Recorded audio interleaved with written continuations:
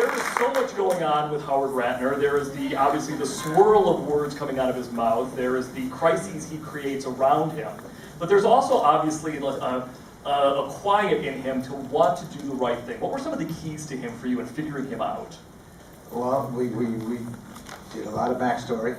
We talked about, something that was really neat that the boys talked about Howard being a dreamer.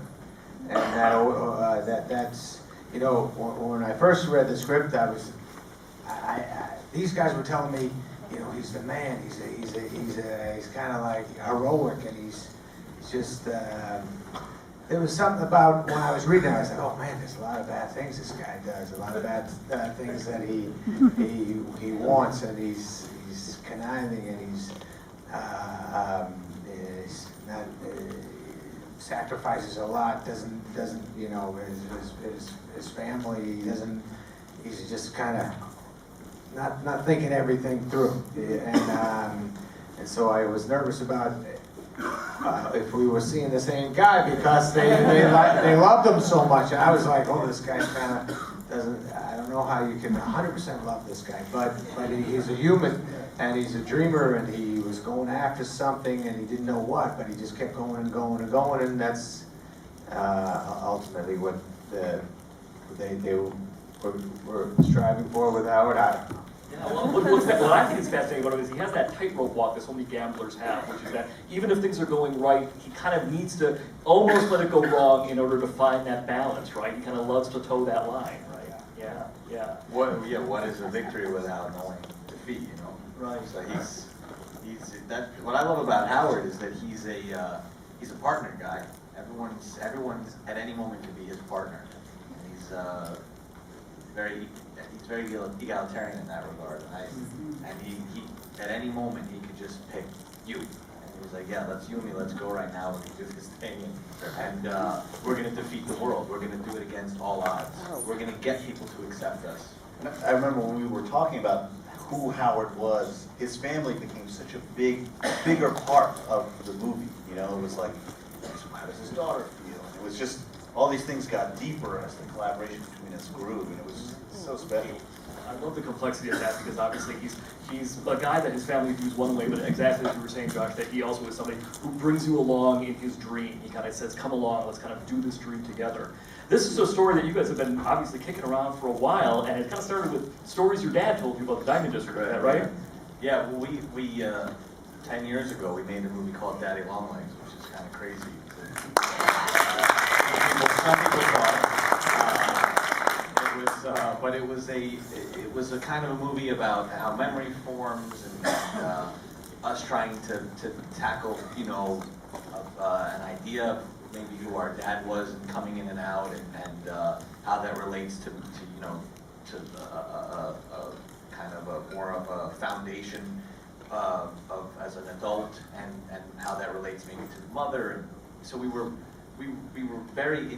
kind of ripe on that frequency, and then afterwards we naturally wanted to kind of investigate this world that our dad would tell us these really pulpy, incredible stories about, and that I had vague memories of the guy he used to work for, and we actually met him later on, about 10 years ago, and we started to kind of dig deep, and that was naturally the next film we wanted to do. We wanted to kind of make a pulpy story, and that first version of the script was very, it was kind of, it was very loose and episodic, because it was, because it had a lot of different characters. It was nostalgic and somewhat sentimental at times, and we weren't ready to make it.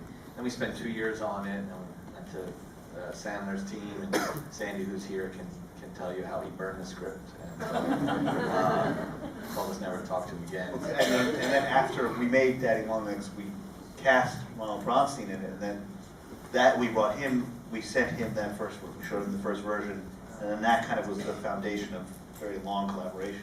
Yeah, Ronnie became a huge part of the collaboration after that, and then we did a documentary about a basketball player that started off as a job and then turned into our lives for 3 years. And then I'm doing research for this movie. I ended up meeting somebody in the Diamond District who had a temporary job, and I got totally enveloped in her life, and made a movie centered around her called Heaven Knows What, and then Rob Pattinson saw Heaven Knows What and was like, I want to do whatever you're doing next. This was around 2015.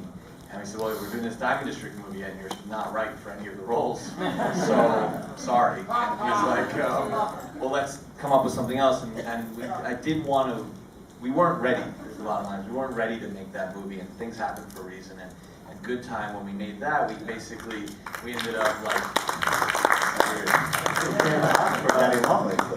yeah, more people, judging by just like an acoustic test here, more people saw Daddy Longlegs than Good Time, which is hard to believe. But Good Time taught us how to deal with genre, how to deal with pace, and that was, again, all these things were very educational leading up to this Well, and from the beginning, we always wanted Adam. And it's funny because if we had made it then, it would have been a totally different movie. And then, yeah, like Josh was saying, we take things from each film and then fold them into the next, and then fold them into the next, and then hopefully we got to something that we're we understand how to do this a little bit better. Kind of try to AKA early retirement, done. Never doing another movie, and this is what it's been about.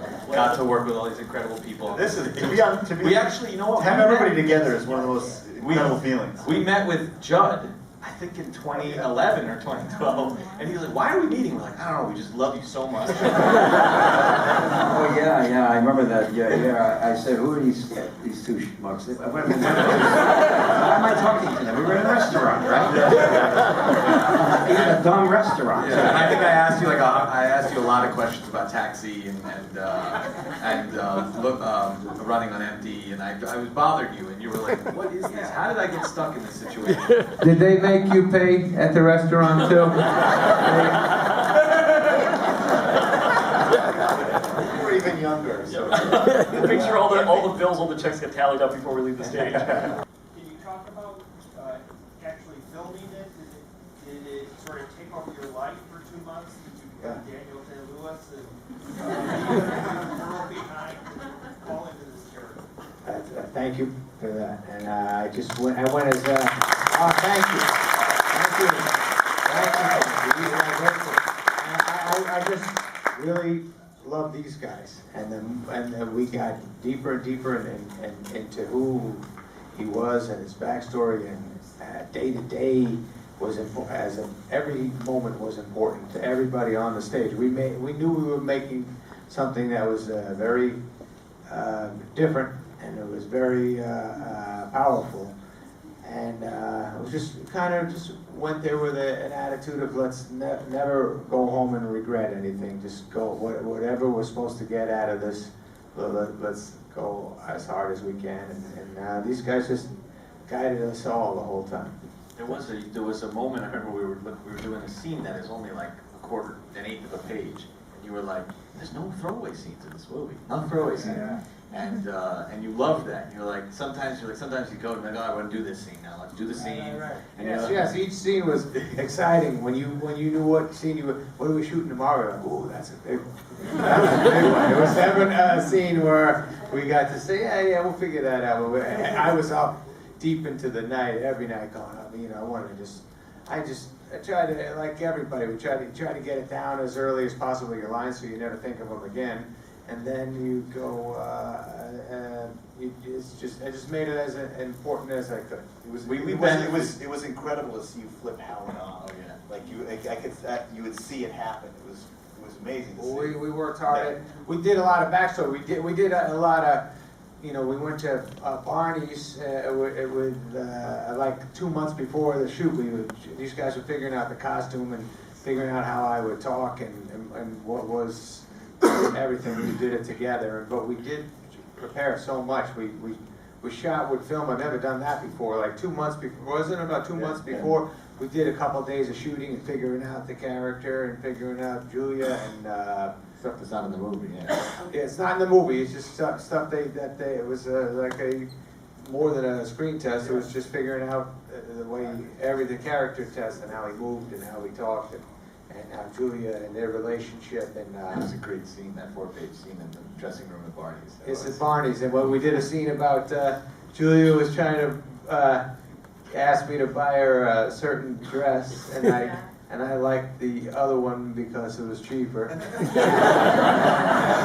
She was just trying to work me, and every time she went into the Barney salesman was, saying, yeah, I do like the more expensive one a lot more, and I was, whenever she would close to change the dressing room curtain, I would bring the man aside and go, how dare you? Let him have it. And that was Mordecai, who actually worked costumes. He was playing the part of... He was so confused too. He's like, what is this? Do I have the camera? Am I being filmed right now? Yeah. But I will say just a last note, because you mentioned comedies, we had the pleasure and benefit of following up the incredible special that he did, 100% Fresh. And that was 50 cities, 3 hours of material every night. Think you know how hard that is? I could never in a million years do something like that. And I saw a bunch of those shows, and they're amazing because he works the room, and the room is huge, and he feels the vibe, and has insane amount of material that he's pulling from. And we just lucked out timing again. We just lucked out. We got him after something like that. So him doing 3 pages of dialogue that he's getting during lunch, he can, it's nothing because he's. It wasn't nothing. It would shake me up every time you did it. You're right. I was like, what happened? I remember one day, 20 minutes before the scene, these guys gave me a lot of pages of dialogue, and I said, how am I supposed to figure that out? I mean, I don't think I can remember all that stuff. And they go, well, just come close to it. Something like that, right? Well, that was you dig your own grave because you're just like showing us that you Yeah, can you do get it. you get greedy. I remember fighting with Ronnie during lunch because we were writing it during lunch. Ronnie, we gotta print this. We gotta print it. He's like, it has to be good. It has to be good. Yeah. Anyway, sorry. I'm going to wrap up by just the observation I read that, in terms of the voice and the walk and things about Howard, whether it was in the Diamond District or not, there were things that you guys had sort of been, you'd even be driving by in a car and you'd hear somebody say that you'd be like, oh, that would work. Where there's obviously, through all the tapestry of the character, all these little bits and pieces that you guys were pulling from, in a classic Safdie style, things that are obviously really going on in the street, right? Sure, yeah, we got these guys let us in on the street. On 47th Street, we got to hang out with these guys. They let us in their lives. We were there for a lot of days and a lot of hours, and we would sit with these guys and watch them work, and they would teach us and let us in on not only their craft, their profession. They would let us in on their family life, and they became. I mean, all of 47th Street was pulling for this movie. They were excited, man. They were there every day we shot. Everybody was out on the block watching. And normally on 47th Street, you can't take a cell phone picture without getting your face punched in. It was a real pleasure. Again, that was 10 years of me showing up with press clippings, being like, hey, I'm a real person, check this out. But when we would do those, sit around and get to know, figure out Howard together, we would go, and then one person in particular, Todd Volpio, we would, it was awesome because Sandler would be on the other side of this guy's jewelry office, and Howard. Todd would do this little thing, tiny little mannerism, and I clocked it, right? And I'm taking a mental note, and I just see Sandler turn around. and he would work those things in all the time. He's coming prepared with tons and tons of stuff. Little jokes too that he's bringing to keep the movie, because Howard is funny. He's like a Rodney Dangerfield type. He's always on. No respect. He gets no respect. And that was important to us. There was the base script, which was a big script, and then he's bringing all these little mannerisms, all these airy little pieces of walking down the street. He's gonna say a joke, and I mean that's the Howard way. And that was. I mean, as somebody who grew up listening to the records and loving, that was one of the greatest improvised lines ever. Opens up the trailer. Larry, you're a Jew again? Welcome back. With Ratso, but that's only because we did 5 takes. On the first 4 takes, I didn't say anything. I said, let me try saying something on this one. It's on my back, and they can take it out if it ain't any good. It was a great moment. But we grew up listening to those records, and we loved them so much. So it was the worlds. They were worlds on disc, like, all these sounds and characters, it was incredible. Well, there are worlds inside this film, and there are so many facets to it, including obviously the amazing performance and all the performances around it. It is such a perfect, fantastic film. Thank you. Ladies and gentlemen, Adam Sandler, Josh Safdie,